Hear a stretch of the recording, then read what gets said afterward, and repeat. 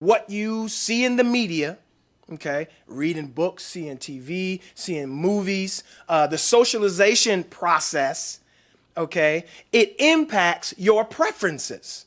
And sometimes those preferences you don't even know you have. There are a lot of people now in EEO departments all over the country and all over the world talking about unconscious bias, that are talking about implicit bias, but they're not talking about the origins of those images. So it makes it kind of difficult to deconstruct if you don't know where they come from. So we're going to look at where it is that they come from. Based on that iconography, based on those caricatures, people that consume them, the stereotypes that were produced in their minds, they would create public policy. That means that I see the images, then I'm going to create something that's in the real world.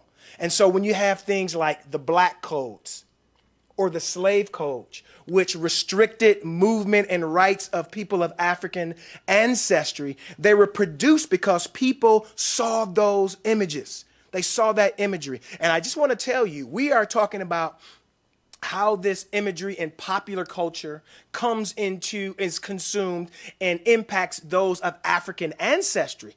But that's not just the whole story, is that there are images that represent stereotypes about women, about people of different religions, about sexual orientation, about the other different protected now categories that we saw in our popular culture. And these manifestations we would see over and over and over again. And then we would get these biases built up in our unconscious where all of the decisions are made. And then we would be making decisions based on someone else's idea on what a woman was, or what a gay man was, or what an African American man or woman was.